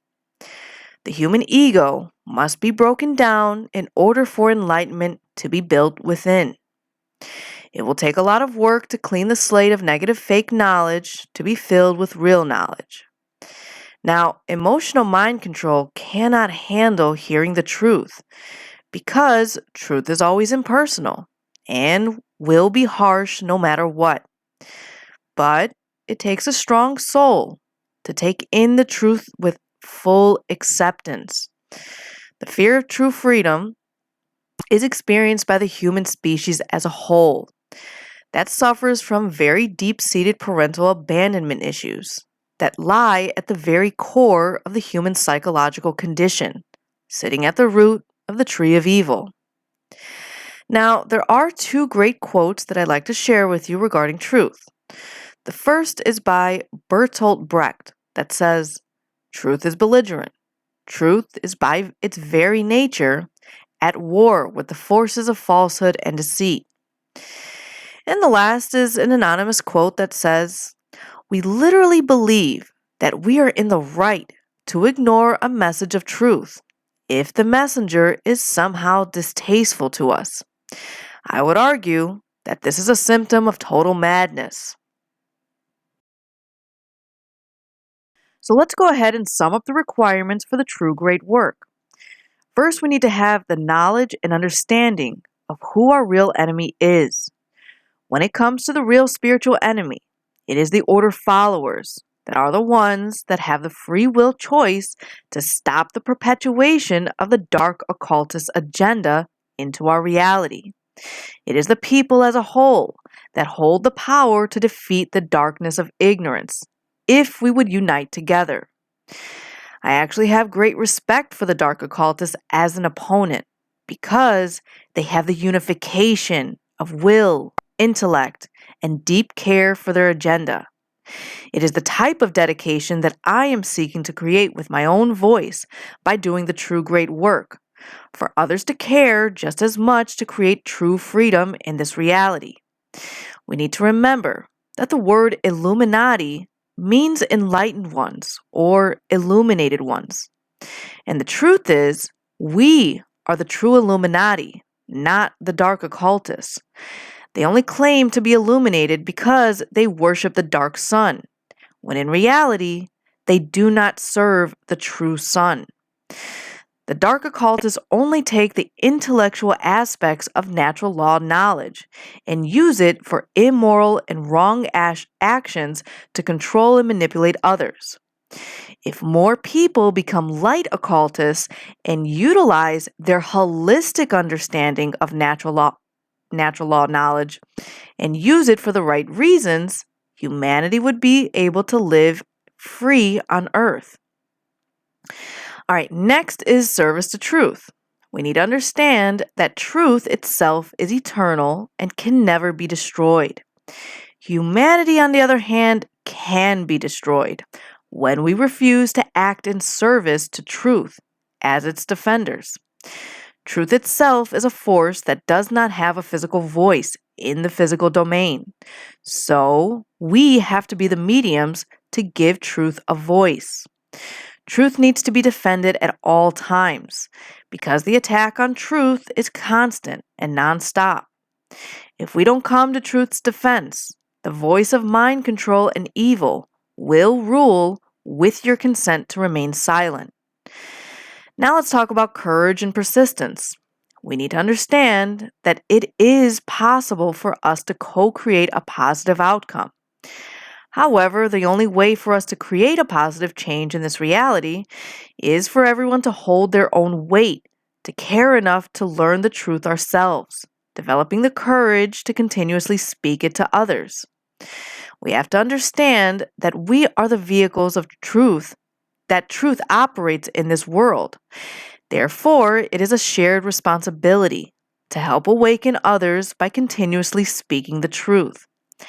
even when we feel burdened by this task, and it makes everyone involved uncomfortable. The truth must be still defended. Listen, the truth is horrible, yet it still needs to be embraced as a loved one. Even in its complete horror, it still has to be accepted first in order to change it. Now, I would like to share some quotes with you regarding courage and persistence. The first quote we have is by Thomas Paine that says, "These are the times that try men's souls. The summer soldier and the sunshine patriot will in crisis shrink from the service of his country. But he that stands now deserves the love and thanks of men and women. Tyranny, like hell, is not easily conquered. Yet we have this consolation within us, that the harder the conflict, the more glory the triumph."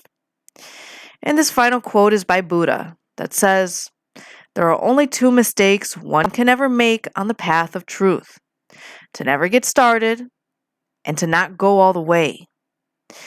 Now, in order to get this knowledge out to the masses in a big way, it is going to take real-world practical skills with technology. We need to have good organizational skills, good communication skills. It helps to learn graphic design skills, knowing how to put together a presentation similar to this one, having audio, video, and website editing skills, along with networking, marketing, and promotional skills. The level of care in your daily efforts of time and attention you offer to the true great work will determine the level of impact you will make in this spiritual war on earth. We are the answer to this problem that we have on earth.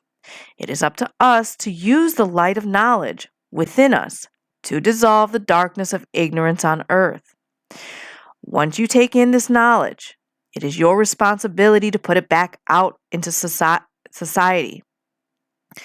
You do not have a right to keep in this information to yourself. It is a duty to speak the truth and teach natural law. So get off your ass and do something with it.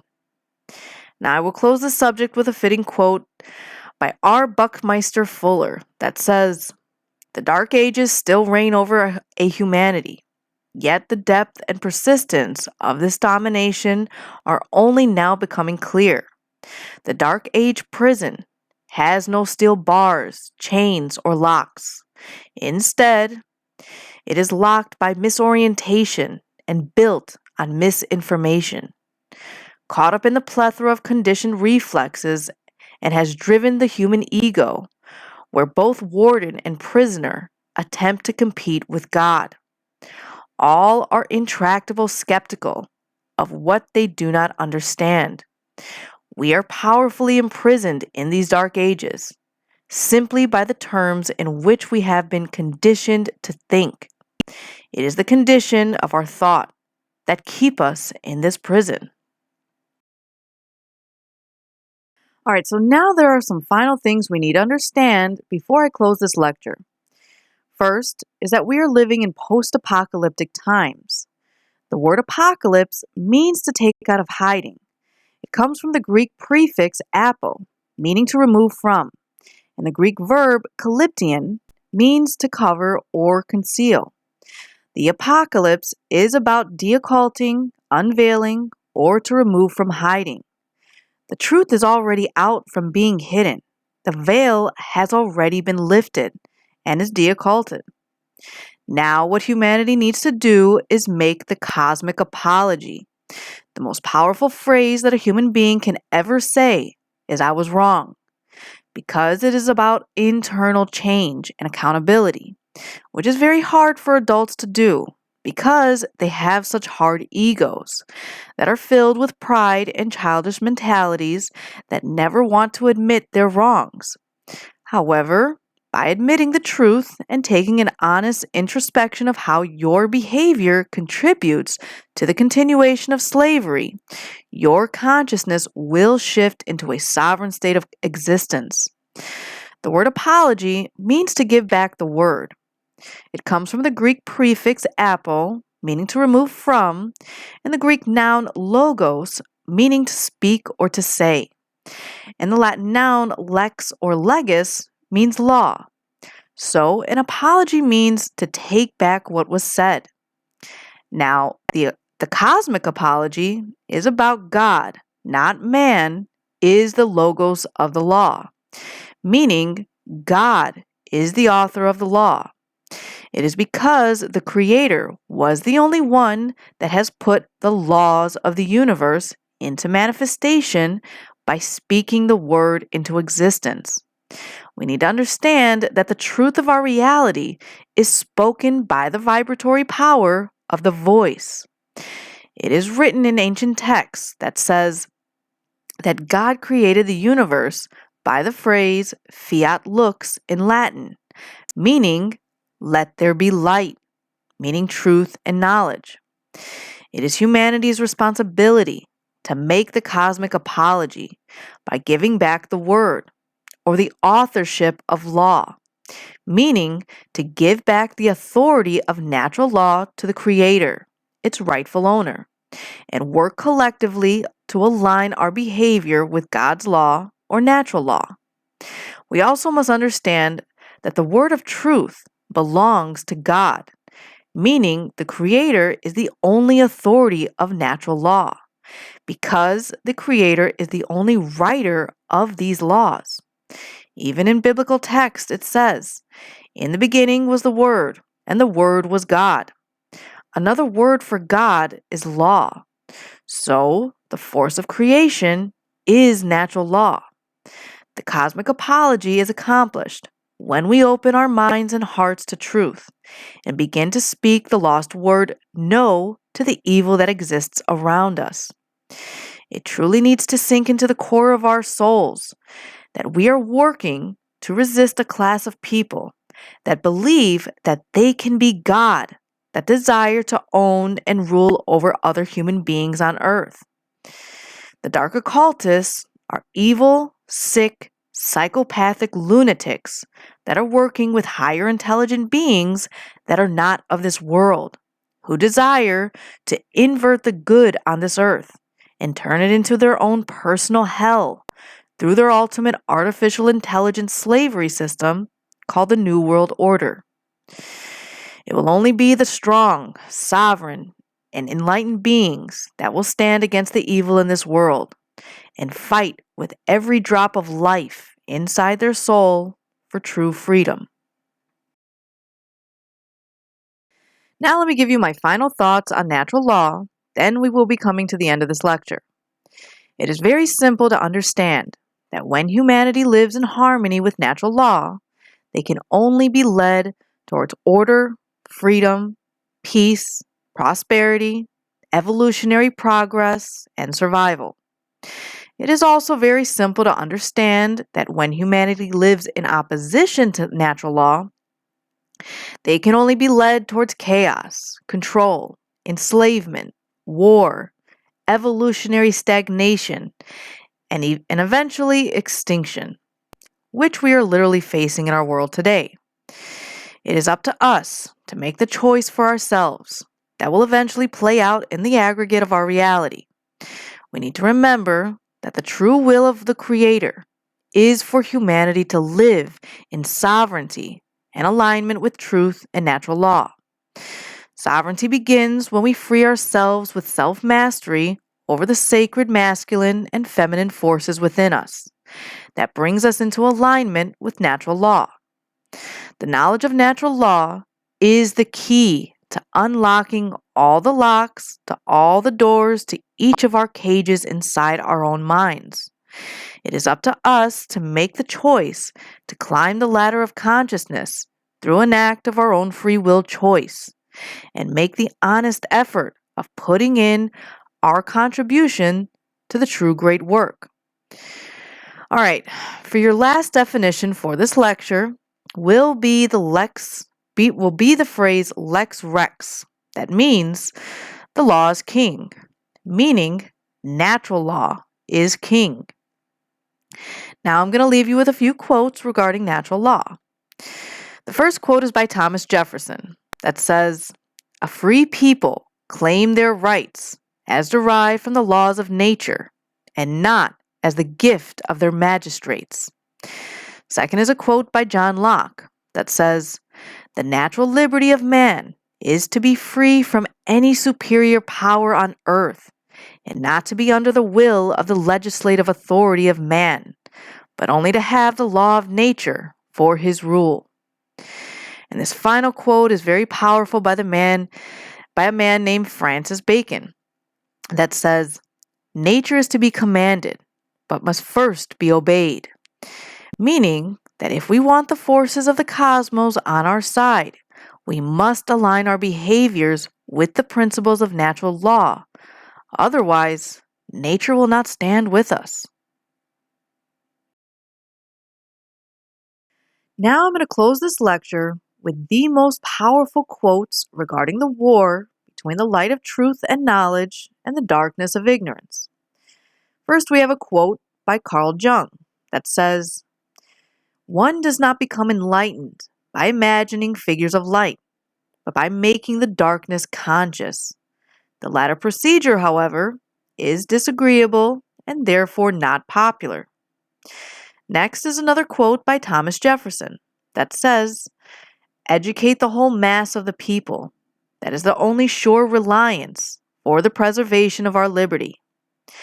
Next is a great quote by Donald S. McIlvaney that says, "In every declining civilization, there is a small remnant of people who will adhere to the right against the wrong, who recognizes the difference between good and evil, and who will take an active stand for the former against the latter, who can still think and discern, and who will courageously take a stand against the political, social, moral, and spiritual decay of their day." This final quote truly hits home for me with my own struggles with my own family. This quote is by Jesus Christ in Matthew 10:34 through 39 that says, "Do not suppose that I have come to bring peace on earth. I did not come to bring peace, but a sword. For I have come to turn a man against his father, a daughter against her mother, and a daughter-in-law against her mother-in-law. A man's enemies will be the members of his own household. Anyone who loves his father or mother more than me," meaning the light of truth and knowledge, "is not worthy of me. Anyone who loves his son or daughter more than me," meaning the light of truth and knowledge, "is not worthy of me. And anyone who does not take his cross and follow me," meaning the light of truth and knowledge, "is not worthy of me. Those who try to gain their own life will lose it, but those who lose their life for my sake will gain it." These words are spoken as what is known as the true Christ consciousness, that gives the message that defending truth will wage a war within a family that refuse to choose right over wrong action and will advocate for slavery. Unfortunately, these people cannot be aligned with enlightened sovereign beings. It does not matter how close you are with them. It is because they are vibrating at such a lower frequency that their perception does not align with the objective truth of reality. They need to be ready to make the same positive shift in consciousness in order to match the high frequency state of sovereignty that you are vibrating in. Now, if you have made your best efforts to explain and teach truth and natural law to them, and they still choose to ignore the evil taking place all around them while it continues to destroy them, then I'm sorry. The sad and unfortunate truth is there is nothing more you can do for them. And unfortunately, they will eventually become the real spiritual enemy and follow the government's orders. I want to thank you very much for listening to this lecture to the very end. I hope this made an impact on your soul and you make the right decision to begin your own path of the true great work. Please pass this lecture along to all the souls you know that need to hear the truth and are ready to free themselves. If you want access to do your own research on the knowledge that supports the truth in this lecture, please go to Mark Passio's website and get the ARC, which is an external hard drive filled with thousands of digital books, audio files, and videos. I also want to highly recommend attending Mark Passio's seminar called How to Be the True Media, where he literally teaches you all the skills you need to know to begin teaching natural law on a massive scale. Please visit his website and find out more information at whatonearthishappening.com. I also need to personally thank Mark Passio for the diligent effort he has contributed to the true great work. Thank you again.